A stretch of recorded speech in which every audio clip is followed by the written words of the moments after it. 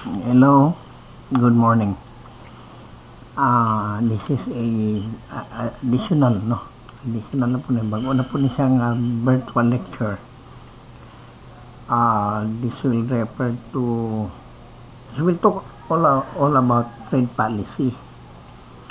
Now, speaking of trade policy, take note that there are two policies that are very important as well. Monetary and fiscal policy. Foreign trade policy, therefore, must complement these two policies. Otherwise, wala tay meaningful, no? Wala tay insightful nga mga policy sa atong ekonomiya. So, what is foreign trade policy? Foreign trade policy, these are a set of policies that affect export and import, mamangin na siya.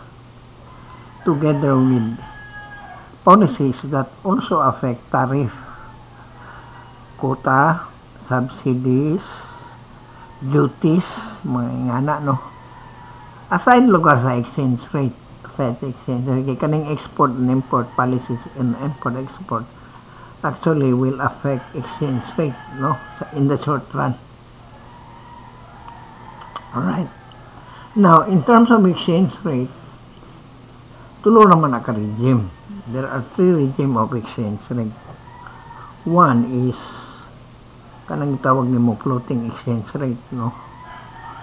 It is based on the market of goods and services worldwide, based on demand and supply lugar sa atong sa atong products and services. Second, gitawag na siya prohibitive exchange rate or sometimes known as fixed exchange rate, like what is China.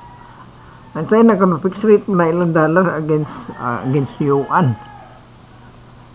And then the other one which allows floating exchange rate pero limited. Na ay point ka na mo saka ang exchange rate up to certain level, kung taas na kayo, mo intervene ang central bank. Dayon, kung mubura po kayo, mo intervene po ang central bank. Muna siya gitawag kong flexible exchange rate. Decisive lugar kayo ni siya, decisive. Kaya lang mag-decide din ang Bangko Sentral ng Pilipinas. Now, kaning fixed rate exchange rate, was karaan man ko kaya na, based mo na sa gold standard sa una. It was before, doon ay gitawag ni mo fixed value sa dollar against other currency, no? Gold reserve, gamit mo ta gold reserve sa una. Today, we are not using gold bullion. We are using fiat money, no? Based on legal tender. So, muna ang mga most countries today, fiat money na. Hindi na gold. Now, okay rin yung gold nung takay. It's a perfect type of money. No? Perfect type of money. But today, money is not only in terms of gold. In terms of services. So, pag ganin na baligya, kanang imong itanong nga corn or rice, wala pag ganin ibaligya, it's already money. So, it becomes, so dili gid lugar fixed, pero sa gold reserves, magod consider na siya fixed or payat. So, dili ka maguri kung mag-fluctuate ang demand at supply for goods and services kung doon na tayo dagan o gold. If a country with so much gold, dili na maguri ang fluctuation of dollar against the peso. Dagan mata gold. Okay? Pero wala namang gold standard, or most countries today are using fiat money instead of gold. So, as I have said, kinahanglan yun ta magbantay. Kinahanglan yun na siya ang fiscal policy po. Tanawin mo unsa ang mga spending policy sa gobyerno, unsa ang mga priorities. Tanawin po nato din ang monetary policies that affect interest rate as well as investment. Kaya kung dili na siya mo jive sa imong exchange rate, guba kayong ekonomiya ni mo, dapat mo jive na siya. Later on, in foreign trade policy, will become much easier to consider kung doon ay dynamic relationship ang countries of other countries. So tanaw na to ang international Fisher test na mag-determine unsay value sa imong investment kung doon ay panalitan change in interest rate, kung mag-change po ang inflation sa country or mag-change ba ang unemployment. So what will happen to the GDP? What will happen to your investment abroad kung mag-change ang inflation or interest rate in the country? So, tanawin mo na siya. So this will be the topic siguro next meeting, kining international Fisher test. Lugang ni siya sa atong foreign trade policy, no? Before jumping to another topic, to additional idugang ani nga topic, wa may pungutan ng exchange rate based sa demand and supply. Kanatong gigamit karon based mo na sa demand and supply. Nakabantay mo nga magabot kaning mga September, October, November, December. Ang exchange rate sa peso dollar kakaubos nga naman. Well, obvious. Mao po na siya ang mga period nga ang foreign remittances sa abroad dadako. Ang atong mga overseas workers magpadala og mga pinaskuhan dito sa ilang mga relatives, sa ilang mga igsuon. Munang by October, November, December mugamay ang exchange rate tungod kay gadako ang remittances. Sa good example na siya sa based on the process of market process based of supply and demand for dollars. Well, sa primitive exchange rate, fix gana siya. Dili gani siya mudako. Dili siya sensitive sa merkado. Muna nga China. Alright, so let me discuss again.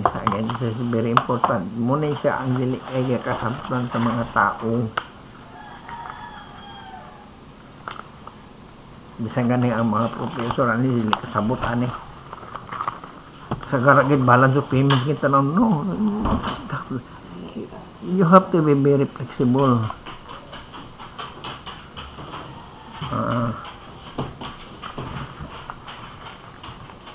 So, kani nga topic, this is in addition naman sa topic na ito lang siya. Kung sa mga importante, which one is really showing us the real story? Balance of payment or balance of trade? Ano title? Based on the title, let us define first muna kung saan ang BOP or balance of payments. BOP is actually the transaction made by the residents or citizens of the country with the rest of the world, no, over a specific time period. It's nothing but payments and receipts. That includes ang payments or receipts includes transfer, no? Transfer payments kanabang mga donation or gift sa mga non-residents o sa mga non-citizens to the residents or citizens. Now, BOP consists of 3 accounts: current account, capital account, and financial account.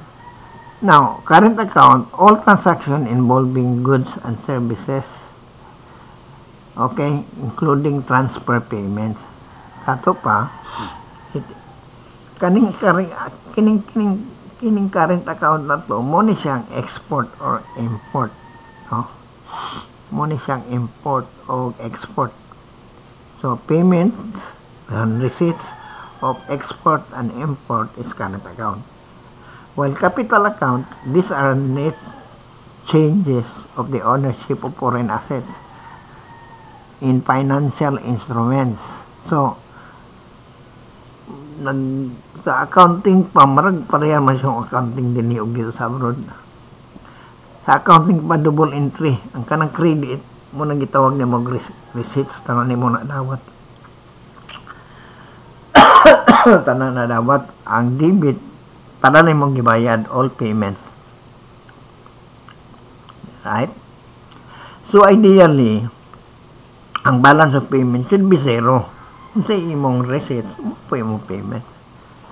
However, due to the fluctuation of exchange rates, sometimes balance of payments is favorable, sometimes it is unfavorable.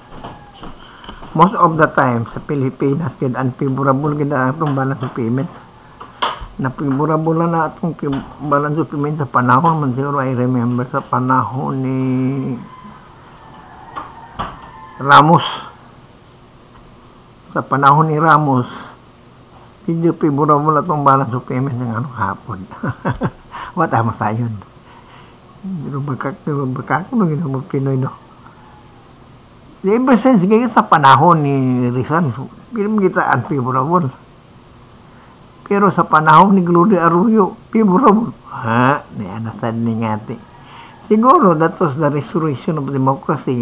Doon nagitawag ni Mog na-restore na to ang business confidence na favorable na itong balance of payments. Pero, to some extent, yes. Pero karon mo ramang gyapon ang problema. So, unsa man ning current account? Current account includes all the visible, kung makita, visible. Muna atong export, import of goods and services. Muna gitawag niya mong balance of trade. Muna gitawag balance of trade. So, when ang balance of payments includes all transaction, including na diha ang mga transfer payments. What are the invisible kang dili makita? Kanang mga donation, mga gifts, mga dili mo na makita. So, gitawag na sa shipping, kanang mga shipping, banking, insurance services. These are invisible. So, equally, invisibles are, although dili siya makita, pero you have to account for the invisible. Oftentimes, gani ang invisibles are especially at the height of the business cycle. Kung siya ang daghang kaayo, shipping, IT, banking, and insurance services, muna ang mudaghan kaayo. Gamay ra ang visible. Kaya ang kanang visible items are export and import mga na of goods and services. Pero kining mga unilateral transfer from abroad like gifts and donations, insurance and banking, muna siya ang daghan. No?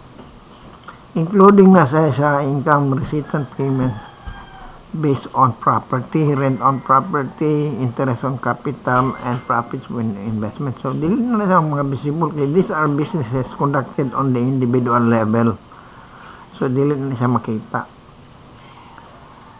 So, in short, ang balance of payments, tulo na sa account, current account, capital account, and financial account, no? Financial instruments account.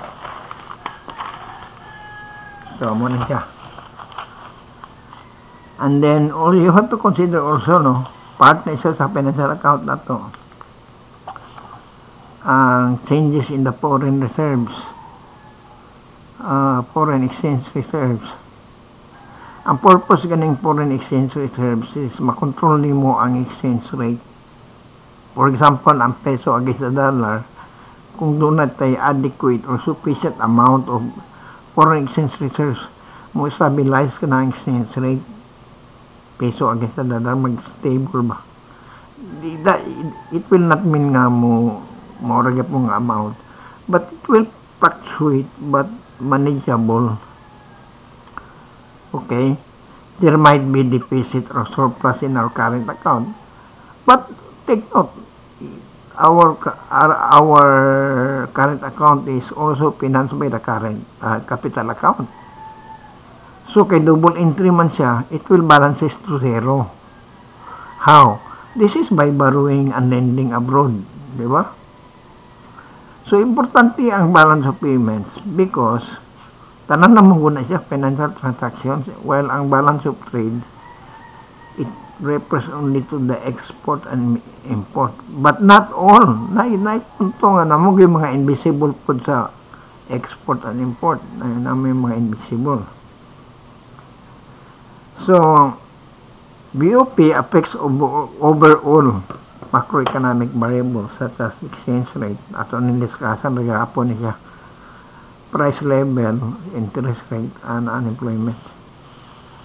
So in short, the formula is money, current account plus capital account plus financial account equals BOP or balance of payments.